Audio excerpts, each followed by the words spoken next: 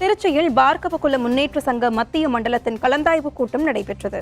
திருச்சி மாவட்ட தலைவர்கள் S. Jayachandran, R. Senthilkumar தலைமையில் இந்த கூட்டம் நடைபெற்றது. இதில் மாநில பொதுச் செயலாளர் கதிர் கணேசன் மூப்பனார் சிறப்புரையாற்றினார்.